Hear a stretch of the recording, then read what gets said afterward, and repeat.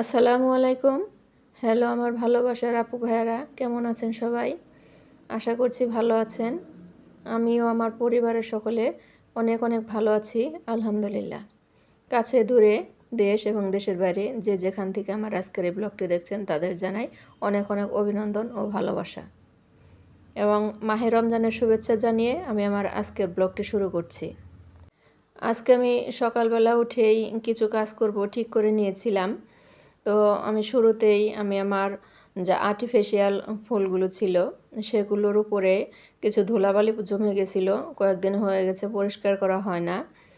আমি সেগুলোকে একটু ভালোভাবে পরিষ্কার করে নিচ্ছিলাম।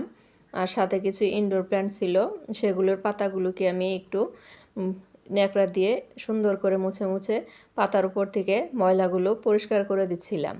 যেহেতু আমার বাসাটা হচ্ছে একদম রাস্তার সাথে, তো প্রচুর পরিমাণ ধুলাবালি আসে, প্রচুর পরিমাণ ফার্নিচার, গাছ, তারপর ঘরে যত ধরনের জিনিসপাতি আছে ব্যবহারের জন্য সব কিছুই অনেক বেশি নোংরা হয়ে যায়। তো আমার দেখা যায় কিছুদিন পর পরই এগুলোকে পরিষ্কার করতে হয়। তো রমজান মাস যেহেতু, আমি ভেবেছি যে রমজান মাসটা আমি একটু কাজকর্ম কম করব, আমল এবং ইবাদত বন্দেগী বেশি সময় দেব। তো সেই জন্য আমার বেশ কিছুদিন ধরে এই গাছ এবং আর্টিফিশিয়াল যে ফুলগুলো আছে সেগুলো একটু ক্লিন করতে দেরি হয়ে গেছে। তাই দেখলাম ধুলো পড়ে ময়লা পড়ে একদম একাকার অবস্থা হয়ে গেছে। তো ওগুলি পরিষ্কার করতে আমার বেশ টাইম লাগছিল। তো কী করব, একটু সময় নিয়ে পরিষ্কার করছিলাম। আর গাছের পাতাগুলো তো একটু যত্ন সহকারে আস্তে আস্তে পরিষ্কার করতে হয়, কারণ একটু তাড়াহুড়া করতে গেলে গাছের পাতাগুলো ভেঙে যাবে, নষ্ট হয়ে যাবে। তো একটু আস্তে আস্তে সময় নিয়ে করছিলাম। তো ওখানে সব কিছু পরিষ্কার করে রেখে আমি একটু বেসিং এরিয়ায় চলে এসেছি। আজকে আমার বেসিং এরিয়াটা পরিষ্কার করে নিব।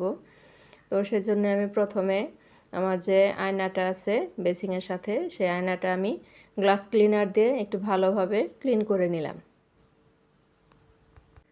গ্লাস ক্লিনারটা আমি আসলে সব সময় যে কেনাটা ব্যবহার করি তা কিন্তু না, আমি মাঝে মাঝে হাতে তৈরি করা গ্লাস ক্লিনারও ব্যবহার করি। আমি কিভাবে গ্লাস ক্লিনার হাতে তৈরি করি সেটাও আমি আরেকদিন অন্য কোনো একটা ভিডিওতে আপনাদের দেখিয়ে দিব। তো ওখানে গ্লাসটা আমি পরিষ্কার করে রেখে তারপর বেসিংয়ে চলে এসেছি। আমি বেসিংটা যখনই পরিষ্কার করি চেষ্টা করি একটু হারপিক অথবা ভিক্সল এগুলো দিয়ে পরিষ্কার করার, তাতে করে একটু চকচকে ভাবটা বেশি দেখা যায়। সেই জন্য আমি একটু হারপিক তারপর ভিক্সল এগুলো দিয়ে পরিষ্কার করছিলাম। তো যাই হোক, এই তো আমি আমার বেসিংয়ের এটা পরিষ্কার করে নিয়েছি, অনেক সুন্দরভাবে ক্লিন হয়ে গেছে। আপনারা দেখতে পাচ্ছেন আগে যে অবস্থা ছিল, যেরকম নোংরা একটা পরিবেশ ছিল, এটার এখানে আসলে দাঁড়ানো যেত না। এখন সেরকম ভাবটা কিন্তু নেই, এখানে অনেকটাই ক্লিন হয়ে গেছে। পুরোটা রমজান মাস জুড়েই আমার অনেক বেশি অবসর ছিল, অনেক বেশি সময় পেয়েছি সব কিছুতেই। আমি সময়টা কাজে লাগানোর চেষ্টা করেছি, আল্লাহর ইবাদত বন্দেগী এবং আমল করার অনেক বেশি চেষ্টা করেছি। আর এই আমল করব বলেই, রমজান মাসটা সারা রমজান মাস আমল করব বলেই আমি রমজান মাস আসার আগেই আমি সম্পূর্ণ কাজ বেশ ভালোভাবে একদম গুছিয়ে গুছিয়ে পরিপাটি করে গুছিয়ে রেখেছিলাম, যাতে আমার রমজান মাসে কোনো ধরনের ঝামেলা না হয়, আমি যেন বেশ ভালোভাবে আমল করে সময় কাটাতে পারি। তো আলহামদুলিল্লাহ আমি পুরোটা রমজান মাস জুড়েই তারাবি পড়তে পেরেছি, কোরআন পড়তে পেরেছি, 5 ওয়াক্ত নামাজ আদায় করতে পেরেছি, আমার কোথাও কোনো প্রবলেম হয়নি। আমি তারপরও আবার দেখা গেছে আমি নিজের যে রেস্টের সময় সেটাও বের করতে পেরেছি, আমার সেরকম কোনো পেরেশানি হয়নি। এবছর রোজাটা এত বেশি আরামদায়ক ছিল, কোনো ধরনের কোনো কষ্ট ছিল না, পানি পিপাসা ছিল না, কোনো ধরনের কোনো ক্লান্তি ছিল না, অনেক বেশি আরামদায়ক ছিল আলহামদুলিল্লাহ। তো দেখতে দেখতে আমাদের রমজান মাসটা একেবারে চলে যাওয়ার কাছাকাছি একদম চলে এসেছে। আজকে হচ্ছে 27 রোজা, আমি 27 রোজাতে আজকে আমি ভিডিও আপলোড করছি। তো এই রমজান মাস, আবার আরেকটি রমজান মাস আমি পাবো কি না, আমার ভাগ্যে আরেকটা রমজান মাস জুটবে কি না, তো আমি জানি না। তো আল্লাহর কাছে দোয়া করি যে আল্লাহ তাআলা আমাকে আরও একটি রমজান মাস ভাগ্যে যেন একদম সুন্দরভাবে লিখে রাখে, আমি যেন আগামী রমজানটাও এরকম সুন্দরভাবে কাটাতে পারি, এরকমভাবে আমল করতে পারি। সবাই আমার জন্য বেশি বেশি দোয়া করবেন। তো এই তো আমার গ্লাসটা আমার ছোটো মেয়ে ক্লিন করে দিচ্ছে, আর আমি ক্যামেরায় ছিলাম। ও হচ্ছে বলছিল যে আম্মু আমি একটু গ্লাস ক্লিনার দিয়ে টেবিলটাকে ক্লিন করে দিব, এটা আমার খুব ইচ্ছা হচ্ছে, আজকে আমি এটাকে ক্লিন করব। তো বললাম দাও। তো ওই হচ্ছে এখানে গ্লাস ক্লিনার দিয়ে ওটা ক্লিন করে নিচ্ছিল। আর আজকে হচ্ছে আমার যে সমিতি ছিল সেই সমিতির গরুর মাংসটা চলে এসেছে। সমিতি বলতে আমি একটু বুঝিয়ে বলি, আমাদের এলাকায় এই নিয়মটা আছে, কাদের কাদের এলাকায় আছে আমি জানি না। মানে 1 বছরের জন্য আমরা একটা সমিতি করি, গরুর সমিতি। মানে এই রোজার ঈদ শেষ হলে আবার সামনে বছর রোজার ঈদে গরুটা কেনা হবে, এই জন্য যে 1 বছর যে লম্বা সময়টা থাকে সেই জন্য আমরা টাকা জমা করি। 20 জন, 30 জন, 40 জন মিলে একটা সমিতি গঠন করি। সেখানে 5,000 টাকা বছরে দিতে হয়। যে 2 ভাগ নিবে সে 10,000 টাকা, আর যে 1 ভাগ নিবে সে 5,000 টাকা।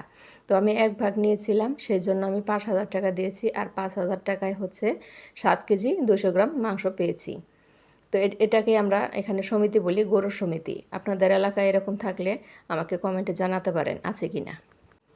তো গরুর মাংসটা হচ্ছে ওর বাবা একটু আলাদা করে নিচ্ছে, কিছু চর্বির অংশ, হাড়ের অংশ এবং ফ্রেশ মাংস সবগুলো একটু আলাদা আলাদা একটু ভাগ করে নিচ্ছে। তাই আর কি মেয়ে বসে বসে দেখছে আর আমি ভিডিও করছিলাম। তো ওখানে মাংস ভাগ করতে দেখে আমার মেয়ে আর কি বলছে, আম্মু আজকে গরুর মাংসের বিরিয়ানি খাবো, অন্য কিছুই আর খাবো না। তো আজকে ইফতারিতে আমি শুধু বিরিয়ানিটাই রান্না করেছিলাম, অন্য আর কোনো কিছু রান্না করিনি। তো এখানে দেখতে পেলেন আমি বিরিয়ানির জন্য মাংসটাকে ম্যারিনেট করে রাখলাম।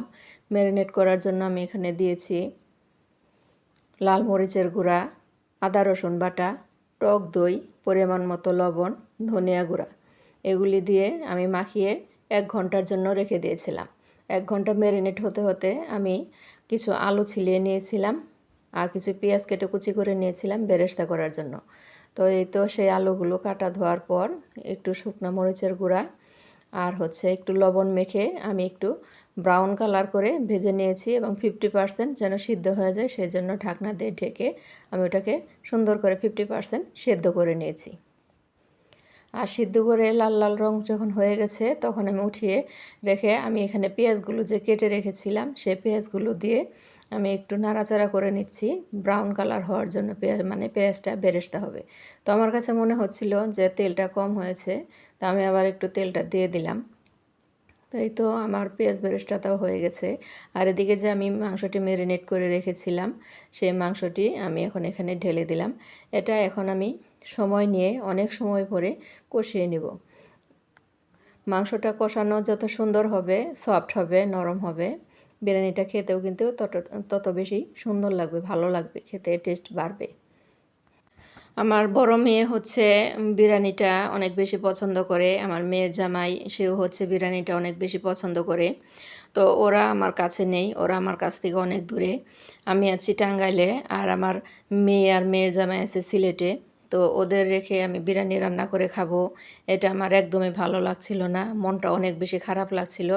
বারবার মনে হচ্ছিল ওদের রেখে কীভাবে খাবো, ওরা তো এগুলি খাবার অনেক পছন্দ করে।